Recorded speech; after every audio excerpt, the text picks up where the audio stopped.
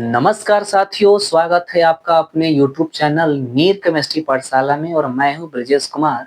और आज हम चर्चा करने वाले हैं क्लास 11th की फर्स्ट चैप्टर की, जिसका नाम है मूल कंसेप्ट। तो मूल कंसेप्ट का क्या अभिप्राय है? तो सीधी सी बात है कि ये जो मोल है, आप सीधा समझ लो कि मोल जो है एक ऐसा यूनिट है जो सबके लिए अप्लाई होता है। Gas, atom, gas, solid, liquid, aqua, सबके लिए अप्लाई होता है, ठीक है ना।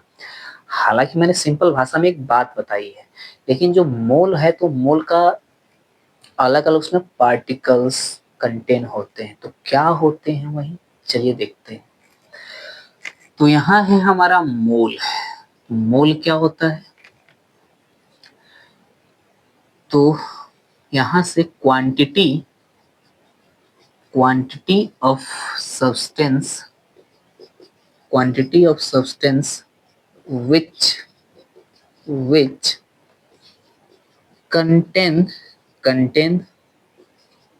many particles, contains many particle या entities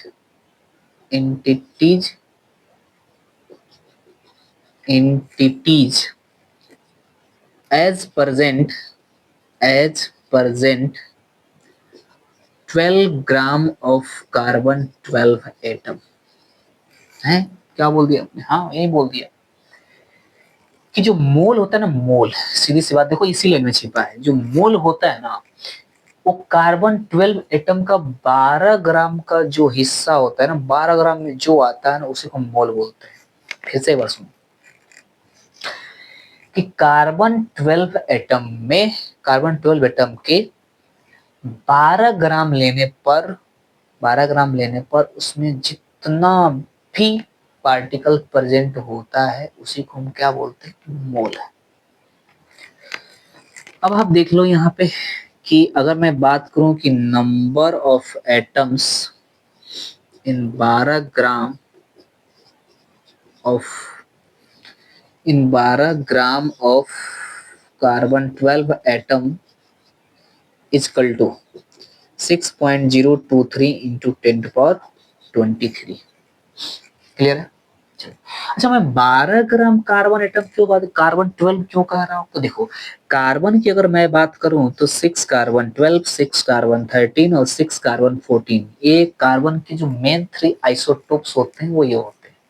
इसमें सबसे स्टेबल आइसोटोप्स कौन है? तो 6 कार्बन 12 है। इसलिए हम 6 कार्बन 12 से क्या करते हैं? कंपेयर करते हैं। क्लियर है? क्लियर है तो आगे देखिए, यहाँ पे क्या होता है, यहाँ पे कि अवोगाद्रो कांस्टेंट देखो दो तरह से होते हैं। यहाँ पे एक होता है कि अवोगाद्रोज कांस्टेंट, ज्यादा कुछ फर्क नहीं है। अवोगाद्रो कांस्टेंट जो होता है वो होता है 6.203 इंटू 10⁻³ पर मोल। अगर जिसमें पर मोल लग गया हो, ये नंबर हो जिसमें पर मोल लग गया हो, तो समझ लेना वो अवोगाद्रोज कांस्टेंट बता रहा है। दूसरा, अगर आपसे पूछो अवोगाद्रोज नंबर क्या होती है, तो बस कुछ नहीं, 6.203 इंटू 10⁻23। अगर ऐसा कहीं लिखा हो तो समझ लेना कि अवोगाद्रोज नंबर को बता रहा है। क्लियर है? चलो, अब हम मोल को क्या करते हैं? डिफाइन कर लेते हैं, ठीक है ना। कि मोल मतलब कैसे हम मोल से कैलकुलेट करते हैं, ठीक है। तो देखो यहाँ हाउ टू कैलकुलेट मोल, ठीक है। हाउ टू कैलकुलेट मोल, ठीक है। How to calculate mole by given mass of substance, by given mass of substance,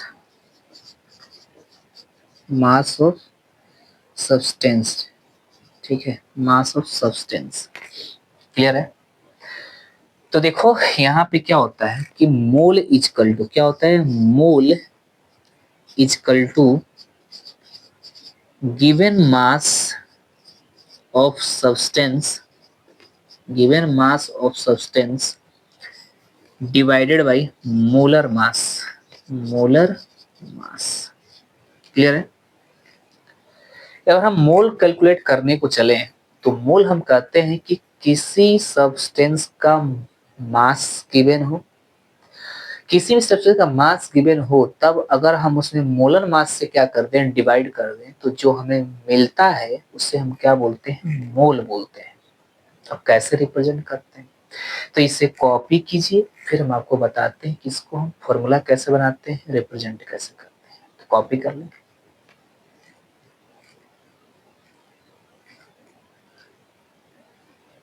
चलिए, कॉपी आपने कर लिया होगा।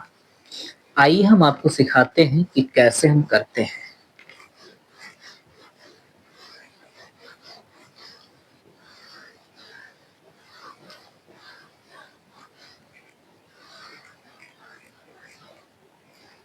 तो देखिएगा यहाँ पे मोल इज इक्वल टू, अभी आपने लिखा था कि given mass of substance upon molar मास। ठीक है, तो मोल को तो हम रिप्रेजेंट करते हैं स्मॉल एन से, गिवन मास को हम रिप्रेजेंट करते हैं डब्ल्यू से, मोलर मास को हम रिप्रेजेंट करते हैं एम नॉट से। क्लियर? ये तो एक फॉर्मूला बनेगी। क्या दूसरा फॉर्मूला बन सकता है? क्या? मोल अगर वेट दिया हो तो मोलर मास से डिवाइड कर लेंगे तो मोल तो मिल जाएगा।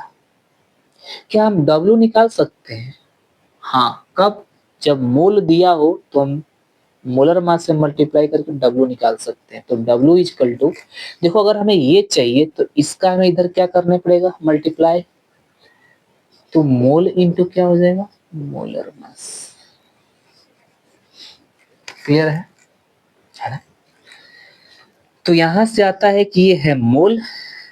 ठीक है, चाहे ऐसे लिख लो मोल, और इधर है हमारे पास मास, ऐसा लिख लो, सिंबॉलिकल लिख लो। ये इधर है एन, इधर है डब्ल्यू। अगर मोल से हमें क्या निकालना है, डब्ल्यू। देखो ध्यान से, अगर इससे हमें डब्ल्यू निकालना है, ठीक है, मोल से क्या निकालना है, डब्ल्यू, तो कितने का मल्टीप्लाई करेंगे, मोलर मास का। अगर डब्ल्यू से हमें क्या चाहिए, मोल। देखो वेट से क्या चाहिए, मोल, तो डिवाइड किससे करना पड़ेगा, मोलर मास से। एक बार और देखो ध्यान से, अगर हमें मोल चाहिए, किससे चाहिए, डब्ल्यू से। भाई डब्ल्यू जो दिया रहेगा तभी तो हम इससे डिवाइड करके निकालेंगे तो ये मिल जाएगा। क्लियर है? तो अगर हमें मोल चाहिए डब्ल्यू से, तो डिवाइड किससे करनी पड़ती है, मोलर मास से। क्लियर है? या आप ऐसे लिख सकते हैं, यहाँ पे लिख सकते हैं मोल, यहाँ पे लिख सकते हैं गिवन मास। अगर देखो गिवन मास से, ठीक है, अगर मोल से गिवन मास चाहिए तो multiply by molar mass, given mass से मोल चाहिए तो divide by molar mass. Clear है? अप्लाई करेंगे, कैसे अप्लाई करते हैं, कैसे क्वेश्चंस बनते हैं। अब इसमें एक और चीज आता है, ठीक है, देखो हमें ये तो निकालना होगा, ये क्वेश्चन में दिया होगा, कैसे भी किसी ने 1 ग्राम 2 ग्राम 2.5 ग्राम 1.25 ग्राम दिया है तो दिया रहेगा। ये हमको अपने आप से निकालनी पड़ती है। कैसे निकालनी पड़ती है, तो चलो ये निकालना है, ये दिया रहेगा, यही हमें चाहिए, क्या चाहिए, मोलर मास चाहिए। तो चलिए हम सीखते हैं कि मोलर मास निकालना पहले सीख लेते हैं, फिर हम मोल निकालना सीख जाएंगे। क्लियर है ना? क्यों? देखो आप ही सोचो, मैं कहूं कि एग्जाम्पल में कि आप 5 ग्राम कैल्शियम का मोल बताइए। ठीक है ना? 5 ग्राम कैल्शियम का क्या निकालिए, मोल। तो मोल बताना है इसका, 5 ग्राम कैल्शियम का, तो आप तो कहोगे हम बता देंगे, क्योंकि हम जानते हैं mole is equal to W upon molar mass. तो डब्ल्यू कितना दिया है, 5, अपॉन कितना, मोलर मास। बताओ, mole is equal to 5 upon molar mass. भाई साहब ये कहाँ से लाओगे, कहाँ से लाओगे, है कि नहीं, है ना? हाँ है। तो हम क्या करते हैं ना, इसका मोलर मास देखो, कैल्शियम का मोलर मास क्या करते हैं, निकालते हैं। तो कैल्शियम का मोलर मास कितना होता है, 40। कहाँ से आता है, पीरियोडिक टेबल से आता है। तो क्या करना पड़ता है, कोई ट्रिक है नहीं, इसके लिए कोई ट्रिक नहीं है, आपको रट्टा मारनी पड़ेगी तो पड़ेगी। ठीक है, हाँ एक ट्रिक बता दूंगा, एक ट्रिक बताऊंगा मैं आपको, लेकिन वो सब पे काम नहीं करता है, ठीक है ना, क्लियर है। चलो बताते हैं। समझ में आई कि मोल निकालने के लिए वेट तो दिया रहेगा, हमें क्या चाहिए, मोलर मास। तो मोलर मास कैसे निकलता है, तो एक बार चाहे चलो थोड़ा समय और आपको इधर बता दूं कि नोट में आप लिख लीजिए, नोट में कि अगर आपको नंबर ऑफ ग्राम एटम दिया हो, क्या दिया हो, नंबर ऑफ ग्राम एटम, तो समझ लेना कि आपको नंबर ऑफ मोल्स निकालना हो। क्या निकालना है, नंबर ऑफ मोल्स। ठीक है, दूसरा, यदि आपको नंबर ऑफ ग्राम मॉलिक्यूल्स दिया है,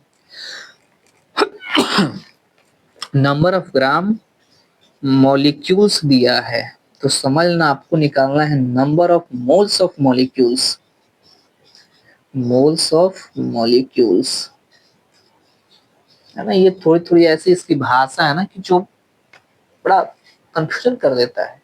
आप पढ़े होंगे कि नहीं भैया हम तो वेट से मोल निकालना जानते हैं, ये आपको थोड़ा सा फंसा देगा, बस भाषा चेंज कर देगा कि नंबर ऑफ ग्राम एटम्स इतना दिया है, इस सब्सटेंस का नंबर ऑफ मोल्स निकालिए।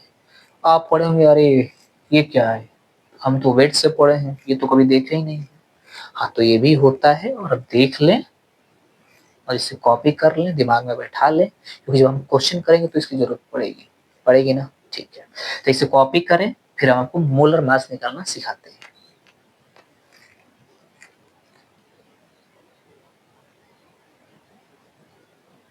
चलिए, हम आपको मोलर मास निकालना सिखाते हैं।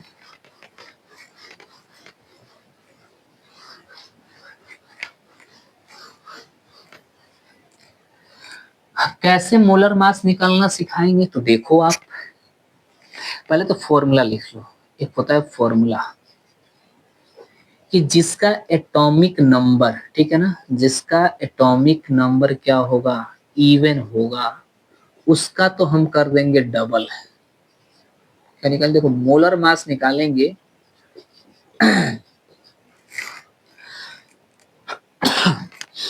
मोलर मास निकालेंगे तो इसके एटॉमिक नंबर का, किसका, एटॉमिक नंबर का, एटॉमिक नंबर का क्या कर देंगे, डबल। ठीक है, दूसरा, अगर किसी का एटॉमिक नंबर ऑड है तो हम उसके क्या करते हैं, डबल। किसका, एटॉमिक नंबर का तो डबल करते हैं, +1 साथ में क्या करते हैं, जोड़ देते हैं। यही एक ट्रिक है बस, इसके अलावा कुछ नहीं।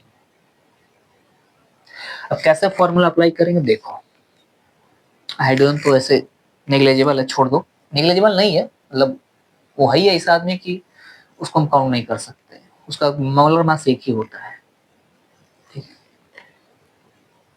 तो देखो हीलियम, चलो लिख लो कोई दिक्कत नहीं, हाइड्रोजन लिख लो, hydrogen, helium, lithium, beryllium, boron, carbon, nitrogen, oxygen, fluorine. ठीक है, फ्लोरीन हो गया, फ्लोरीन के बाद टेन, टेन किसका होता है, neon, neon, sodium, magnesium, aluminium, silicon, phosphorus, sulphur, chlorine. ठीक है, क्लोरीन के बाद क्या आता है, आर्गन, पोटेशियम, कैल्शियम। ठीक है, यहाँ तक तो, यहीं तक बहुत है, बहुत नहीं है, मतलब इतना तो फिलहाल हमको स्टेनिसल में चाहिए, बाकी का जब जरूरत पड़ेगी तो हम लिख लेंगे। तो हाइड्रोजन का एक होता है तो इसका तो परमाणु क्रमांक अरे परमाणु भार तो एक ही होगा, कोई दिक्कत नहीं है। देखो इस वाले को हम परमाणु क्रमांक बोलेंगे, इधर जो भी लिखेंगे वो क्या होगा, एटॉमिक नंबर। तो इधर हम जो भी लिखेंगे ना वो होगा एटॉमिक नंबर, जिसको हम जेड से रिप्रेजेंट करते हैं। इधर मोलर मास होगा तो हमको इसको किससे लिखते हैं, एम नॉट से। ठीक है, चलो हीलियम कितना है तो 2। देखो इसका एटॉमिक नंबर कितना है, इवन है ना, तो बस इसका हम एटॉमिक नंबर का क्या कर देंगे, डबल। तो 2 का डबल कितना होगा, 4। 3